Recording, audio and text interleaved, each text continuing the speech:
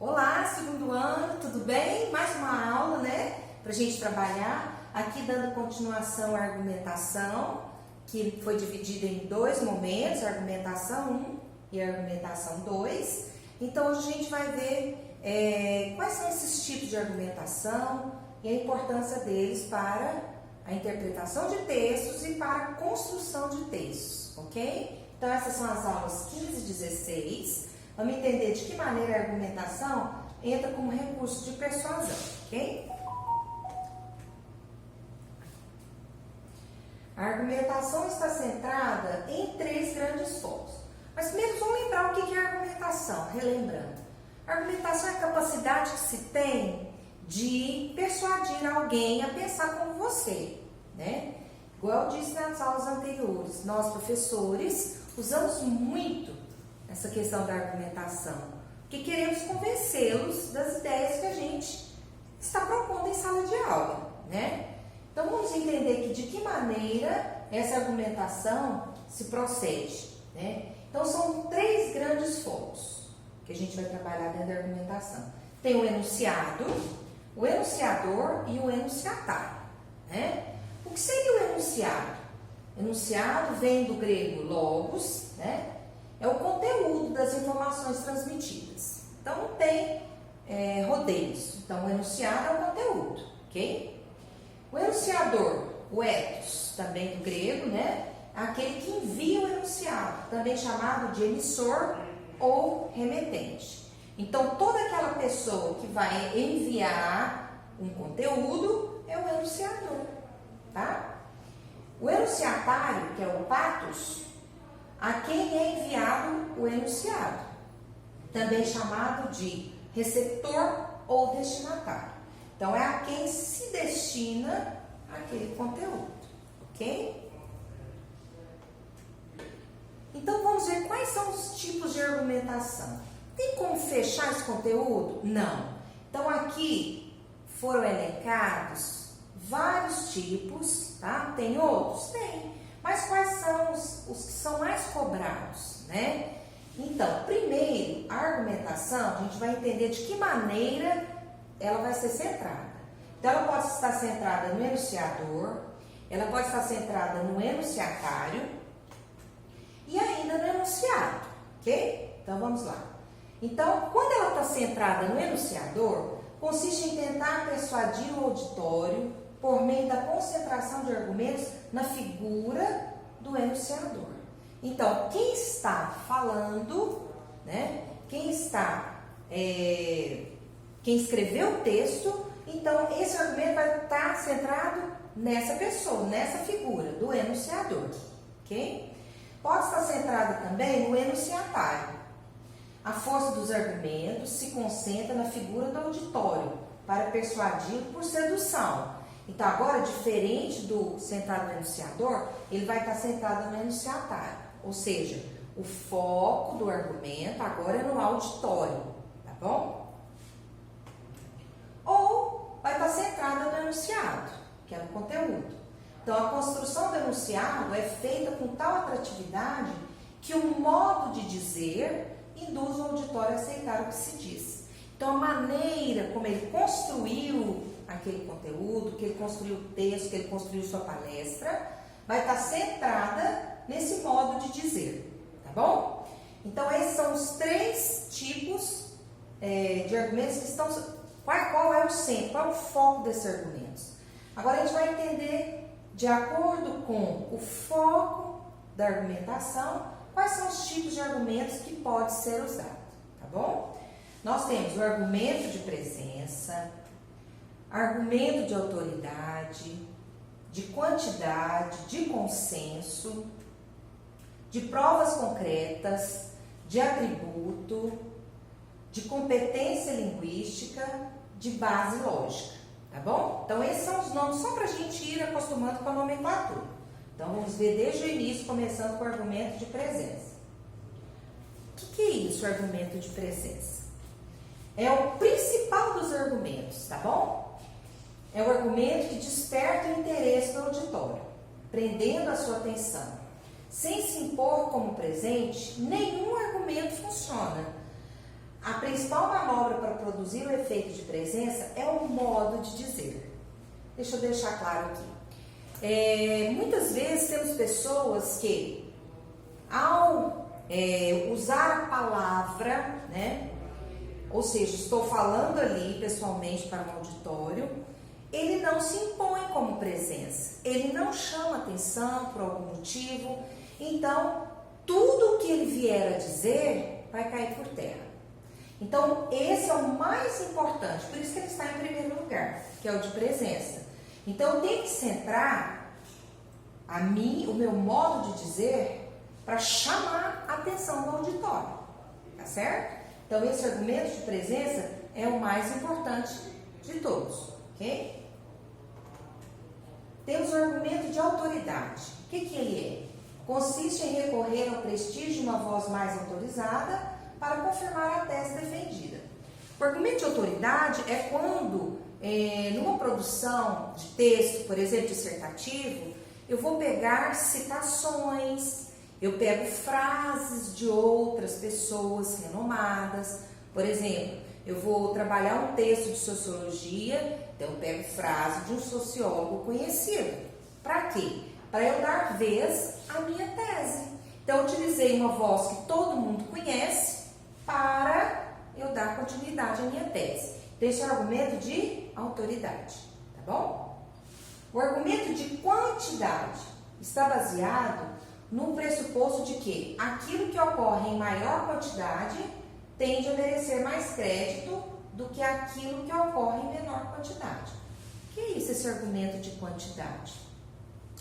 Na fase que vocês estão, essa fase da adolescência, e acessando mídias direto, né? Então, o que ocorre? Tudo aquilo que vocês veem que ocorre em maior quantidade, aquilo para você se torna mais importante. Então, deixou claro aqui que tudo que ocorre em maior quantidade tende a merecer mais crédito. E é muito difícil as mães, às vezes, persuadir seu filho a comprar determinado objeto, se ele vê que aquilo ali não está na mídia, não está nas modelos, né? Não é uma marca conhecida. Então, muitas vezes a gente tende a aceitar essa quantidade e achando que aquilo é o mais importante, tá bom? Então, isso ocorre também. Argumento de consenso. Ele tem como fundamento que o que é aceito por todos tem maior probabilidade de ser verdadeiro. Então, ele é um tópico do argumento de quantidade, este consenso.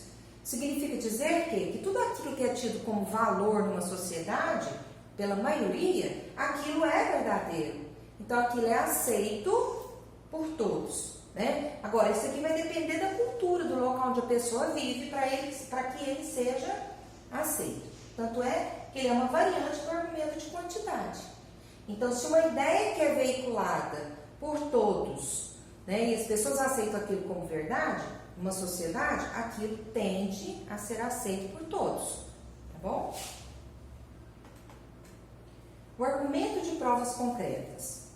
Uma afirmação genérica tem mais peso quando vem confirmada por dados concretos, que são provas documentais, entram fotos, textos informativos, dados estatísticos, fatos históricos, experiências de vida cotidiana. Por que eles são importantes? Porque eles vão provar, né, e não supor que a minha tese é verdadeira. Então, eu confirmo com dados, pode ser dados numéricos, né, estatísticos, e aquilo vai se tornar verdadeiro. Então, vai dar mais respaldo à minha tese, ok? O argumento de atributo. O que é um atributo? Atributo é considerado qualidade, né? Então, é baseado no pressuposto de que a característica de um grupo social mais prestigiado acaba ganhando valor que a sociedade confere àquele grupo. Então, tudo aquilo que é tido como importante, por exemplo, para a elite, né? Então, eu, né, sendo de uma classe considerada inferior, vamos dizer assim, eu acho que aquilo lá é importante porque está na elite. Então, a gente tende a achar que isso é mais importante, né? Então, esse é o argumento de atributo, tá bom? Então, ele ganha um peso, ele ganha um valor que a sociedade confere àquele grupo. Então, se aquele grupo prestigiado determina que algo é certo, então a probabilidade dos outros grupos acharem que aquilo é certo também vai ser maior. Então, esse é o argumento de tributo. O argumento de competência linguística é uma variante do argumento de atributo. Por quê? Quando eu falo argumento de competência linguística, tem a ver com a minha oralidade, com os recursos que eu uso para me expressar, tanto oralmente quanto por escrito. A variedade linguística goza de credibilidade do grupo que a utiliza. Por exemplo, quantas vezes a gente observa nas mídias por aí, as pessoas escrevendo de maneira, vamos dar um exemplo aqui, ó, gente, escreve com J. A gente lê aquela palavra,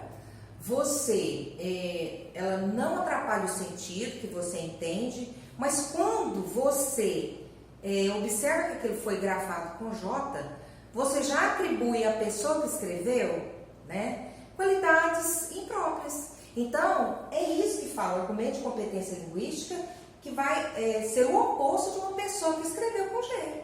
Entenderam? Então, esse é só um exemplo para vocês entenderem o que seria essa competência linguística. Então, o que eu falo, o que eu escrevo, tem muita importância para a minha imagem como pessoa.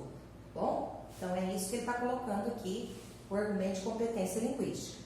Então, para quê? Na hora de produzir seus textos, né? E tanto oral como escrito, prestar atenção para que isso não prejudique a sua competência, ok? E o argumento de base lógica, qual é esse? Baseia-se no pressuposto de que merece mais crédito o raciocínio pelas relações lógicas entre os enunciados, isto é, os que não implicam contradições. Então, quando eu digo esse argumento de base lógica, é aquele em que tudo que eu vou dizer, ou tudo aquilo que eu vou produzir por escrito, não vai causar contradições, não vai prejudicar a interpretação, né, do enunciatário. Então, tudo que eu fizer como uma corrente de ideias vão surgir de maneira coerente, clara, para que eu possa entender o texto sem prejuízo, tá bom? E, bom, depois desses argumentos, desses tipos de argumentos que a gente trabalhou, o que a gente precisa, né? Então, esse material de vocês é muito importante. E nesse momento que a gente está vivendo agora, nesse momento de distanciamento, então os estudos têm que ser diferenciados, né? Então, você tem que pegar um tempinho para analisar melhor o material. Aqui essa parte de argumentos está muito bem colocada, com exemplos, né? Então, depois de aprofundar seus estudos aqui no material, né, no livro-texto, aí você vai fixar na apostila, porque aqui você vai trabalhar os conteúdos, né, de forma mais contundente. Você vai anotando as suas dúvidas para quando chegar a nossa live, você ter o que discutir. Tudo bem? Beijos, então, até a próxima aula.